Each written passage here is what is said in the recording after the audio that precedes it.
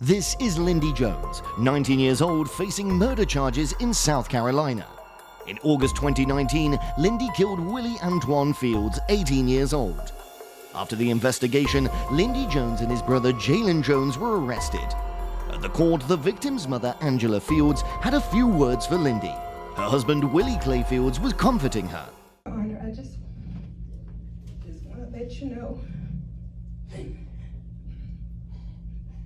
just what they took from me. They took away my only child.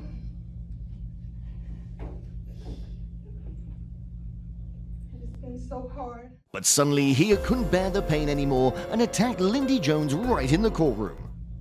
It's been so hard. Sir, back off, back off, sir, back off, back off, back off, sir. Back off. The officers eventually separated him from Lindy.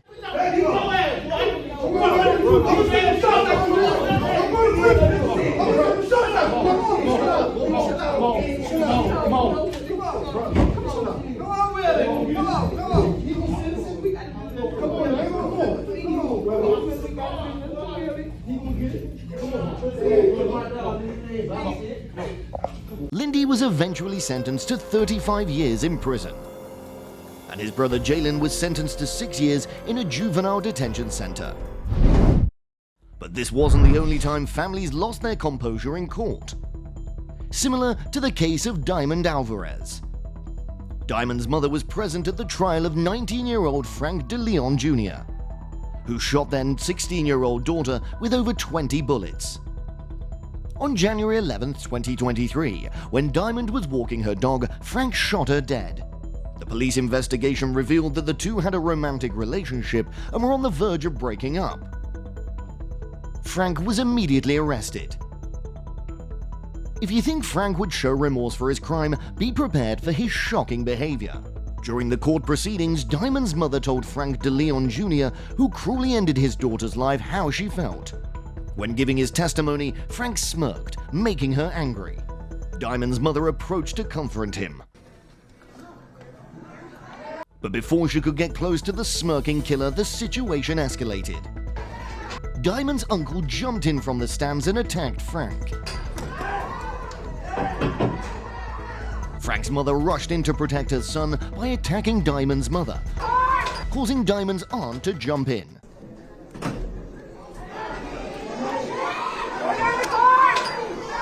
Eventually, the police were able to separate the two families.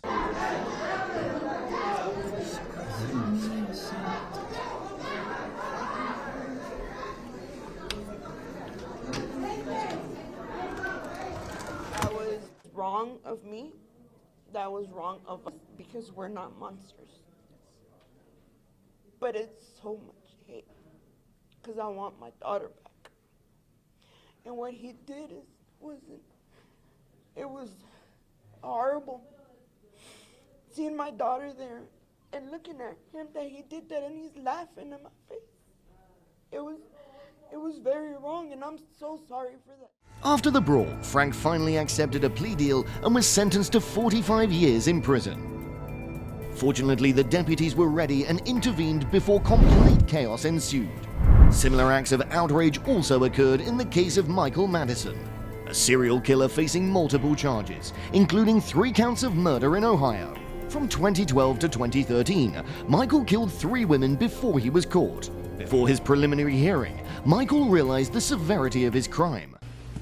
Mr. Madison, I'm going to read to you the nature of the charges against you and summarize each one for you, as well as giving you the potential penalties. I know you've had a chance to speak with counsel. Is that correct, sir? Yes. All right. In the first charge, you're charged with aggravated murder in violation of Ohio Revised Code 2903.01. It states that on or about the 22nd day of July, you did purposely cause the death of an unidentified female while committing another felony. The offense was committed 1 week to 9 months prior to the finding of the body. That is a Jane Doe murder. The second murder is the same date, on or about the 22nd day of July. Michael Madison did purposely cause the death of an Angela Deskins while committing another felony. The offense was committed 3 weeks or a few weeks prior to the finding of the body. And then there's a third murder charge. On or about the 22nd day of July, Michael Madison did purposely cause the death of an unidentified female while committing another felony. The offense was committed 1 week to 1 month prior to the finding of the body. All of those are felonies of the first degree because they are aggravated murder. They are punishable by a possible death or life in prison and a $100,000 fine. You understand that? Now in court, Van Terry, the father of one of the victims, addresses the judge. How you doing, Your Honor? My name is Van Terry. Right now, I guess we're supposed to, in our hearts, forgive this crime. Now in court, Van Terry, the father of one of the victims, is speaking before the judge. Taking my child.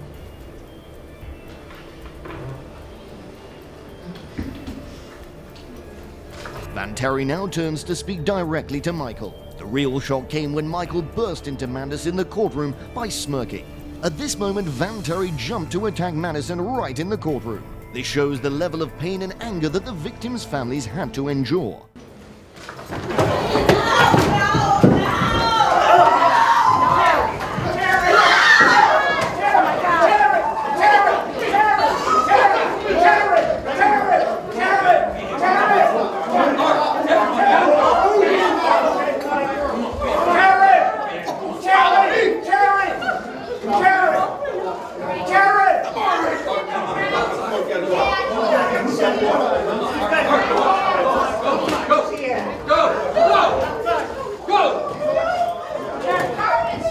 Finally, the police were able to restore order and the trial continued. Now it is time for the jury to make their decision. We therefore unanimously find that the sentence of death should be imposed upon the defendant, Michael Madison. Following the jury's recommendation, Judge Nancy McDonald read her sentence. I am struck by the sheer inhumanity of what one human being can do to not one, but 3 human beings. It is incomprehensible. You cajoled, lured, and deceived Shatisha Shealy, Angela Deskins, and Sherelda Terry to your apartment for your depraved purposes. You went on to abuse the corpses of these 3 victims. You stripped them from the waist down. You folded them in half, binding them so that their feet were up by their ears. You wrapped them in multiple layers of trash bags, and you discarded them. Upon consideration of the relevant evidence, the testimony exhibits admitted in mitigation, it is the judgment of this court that the aggravated circumstances of course of conduct, felony murder, kidnapping, felony murder, rape, of which the defendant was convicted, outweigh the mitigating factors by proof beyond a reasonable doubt. Accordingly, the sentence of death is imposed upon the defendant, Michael Madison, on counts 1, 4, and 7. After the sentence, the victims' families expressed their feelings. Michael Madison is still awaiting his death in prison.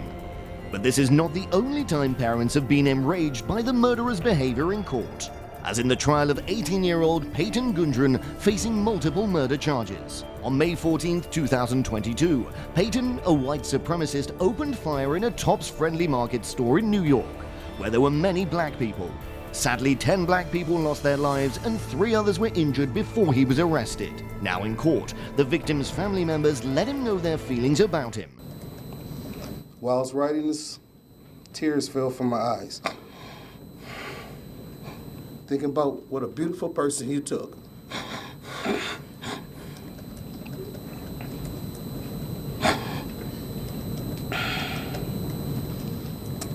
My daughter, Robbie Drury, was a young woman. She was not married. She had no children. She never will. Robbie was our youngest daughter. When people ask, how many children do you have? I don't know what to say. You destroyed our lives forever. It's not a day that goes by that I won't remember May 14th and being 2 minutes sooner. I could have been in that store. And all I think about is, could I have saved my aunt? Could I have helped her get away from the bullets? Or could my mom be suffering more and lose her daughter, her granddaughter, and her sister? One of the most touching speeches was from Barbara Massey. My name is Barbara Massey. I'm Catherine Massey's sister. You killed my sister. Cat was an aunt. She was a great aunt. She was a cousin. She was a friend. Cat said she was a committee of one. There's nothing Cat wouldn't do for people. I want personally to choke you and leave my fingerprints on your neck because it was unnecessary. You leave 200 miles to come to Buffalo. You don't even know any black. I want to choke. You better think those places. You better say, Cop, thank y'all for protecting me because I will hurt you so bad. You have made me sick. You got my family crying. I miss my sister every day. I know you don't like black people. Man, you don't know a damn thing about black people. We're human. We like our kids to go to good schools. We love our kids. However, as she was speaking, a family member wanted to let Peyton know their feelings. We never go in those neighborhoods and take people out. Don't do it.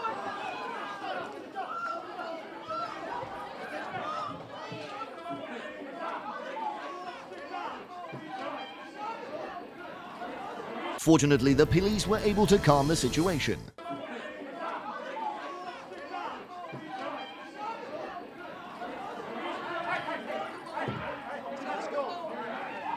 Now it's Peyton's turn to speak. I'm very sorry for all the pain I forced the victims and their families to suffer through. I'm very sorry for stealing the lives of your loved ones.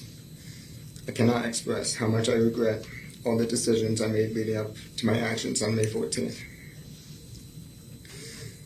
I did a terrible thing that day. I shot and killed people because they were black.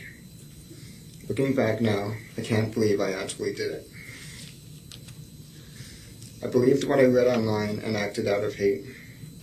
I know I can't take it back, but I wish I could. And I don't want anyone to be inspired by me and what I did.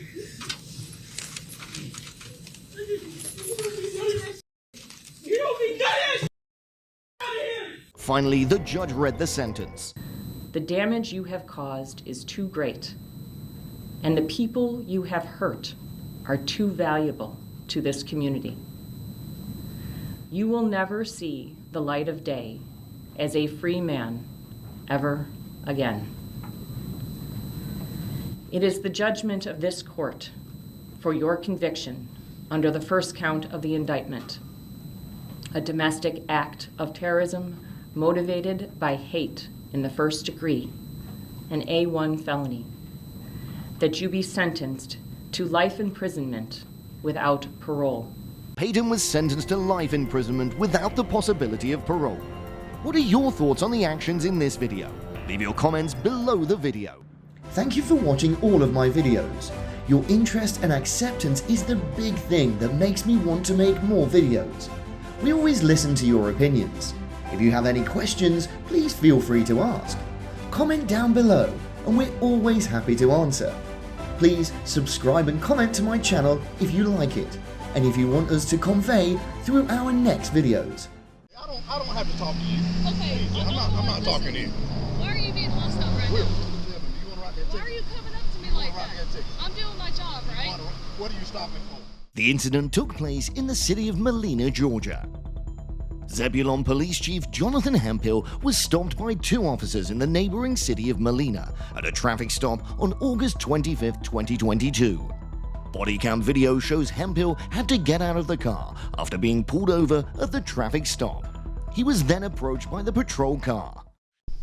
What are you doing? Here, you go out.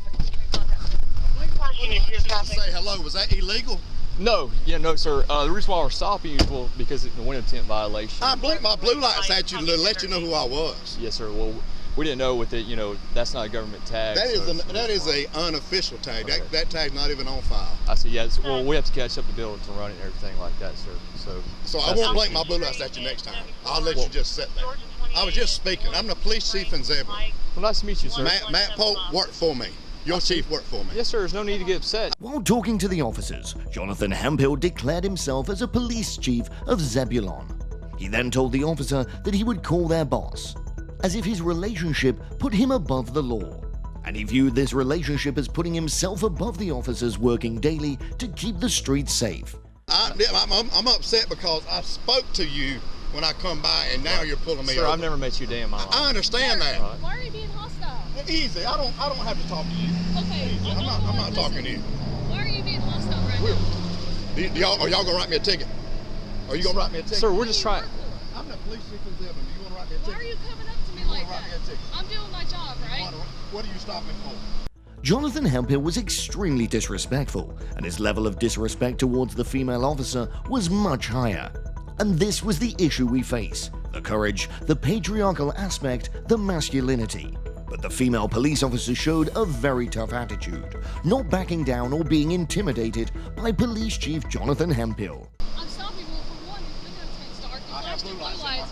Okay, you know how many officers have blue lights? Are you writing me a ticket? Yes or no? I'm conducting my investigation. Are you writing me a ticket? I'm fixing to leave. Do you have your driver's license? Sure, I have my driver's license. Literally. I'm fixing to make it a whole lot more. Your boss worked. 1111. I'm out here with Illinois.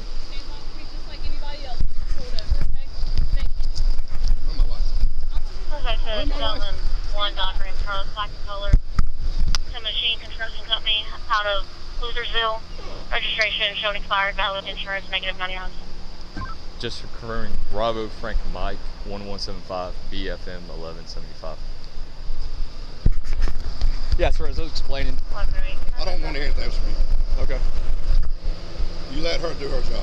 28 returns to a 2001 Dodge Ram truck, black color, to Machine Construction Company out of Losersville. It doesn't come back to that vehicle. Valid insurance, -99. Confirming tag is Lloyd Frank Mary 1175.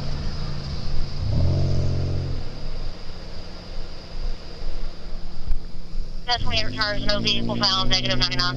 Okay.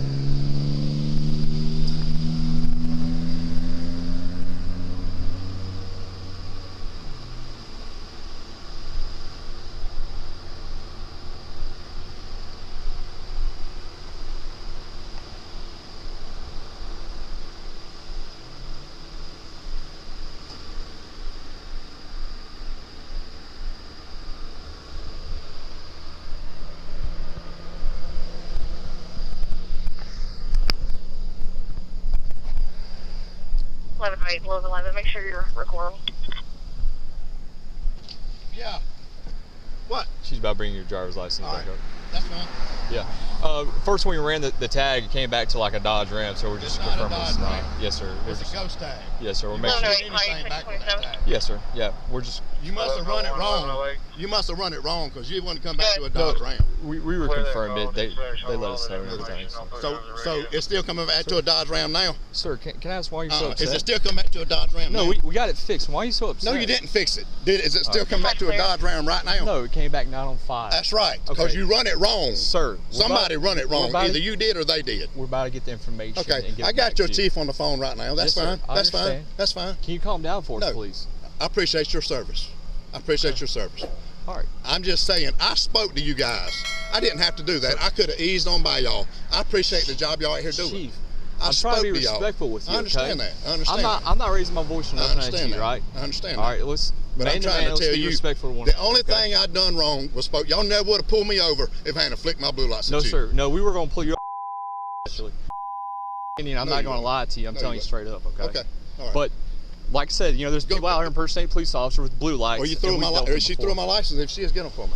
She'll bring it to you, sir. Okay, well that's fine. I'm just Bring it trying till you get through. I'm trying to talk with you. I don't want to talk anymore about it. All righty.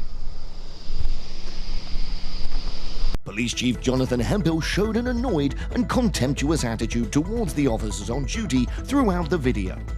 This action was very unprofessional, as the other police officers were just doing their job.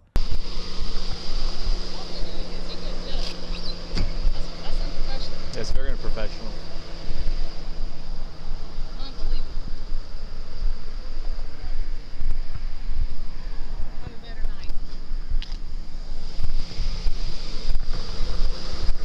Whole time?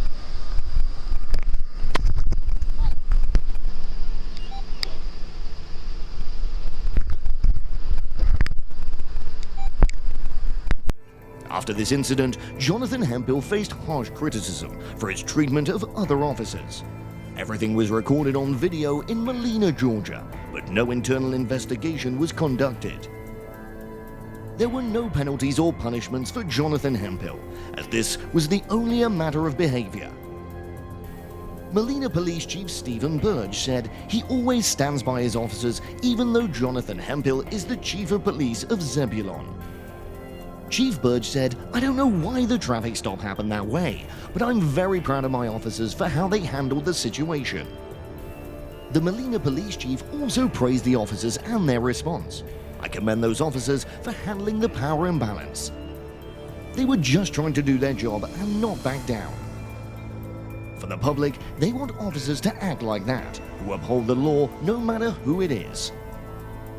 Stephen Burge added, many online news outlets have contacted the city of Zebulon and the Zebulon Police Chief's office to try to get a response. But so far, they've not received any response from the police chief's office. What do you think about this incident? Please leave your personal opinions in the comments section below.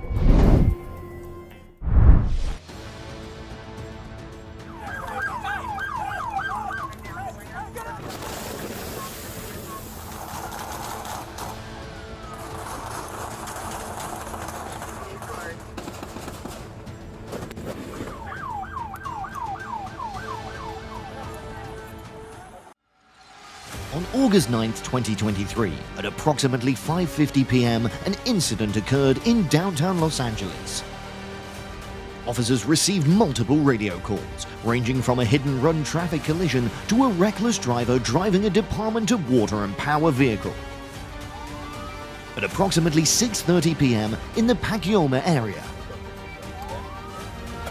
when officers arrived at the scene, they located the SUV and a pursuit ensued. During the pursuit, the suspect collided with two unrelated vehicles before exiting the freeway and pulling into multiple businesses' parking lots.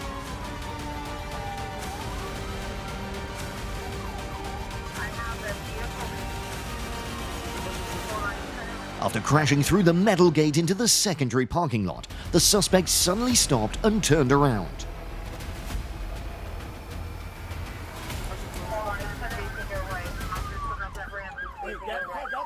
He accelerated the vehicle towards the officers and intentionally hit two police cars and a nearby truck.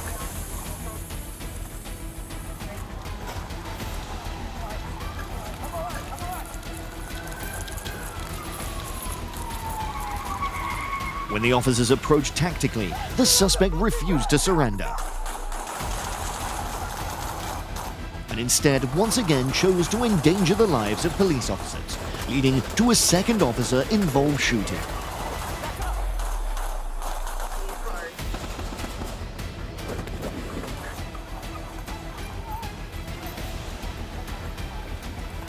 Despite being hit, the suspect continued to drive a short distance until his car stopped.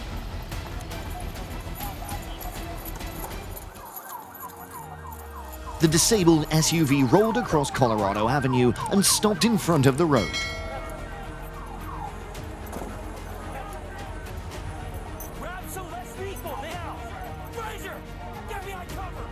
The suspect eventually stopped driving and a pair of SWAT vehicles arrived at the location, effectively cornering the suspect. The standoff lasted another hour, during which the suspect climbed on top of the SUV. Not long after that, SWAT officers arrested him. The suspect was later identified as 28-year-old Manuel Ramirez. Ramirez was released and charged under California Penal Code 245 for assaulting a police officer with a deadly weapon. His bail was set at $152,000. The LAPD said 3 injured officers, including one of those whose injuries were considered serious, were treated at a local hospital and then released.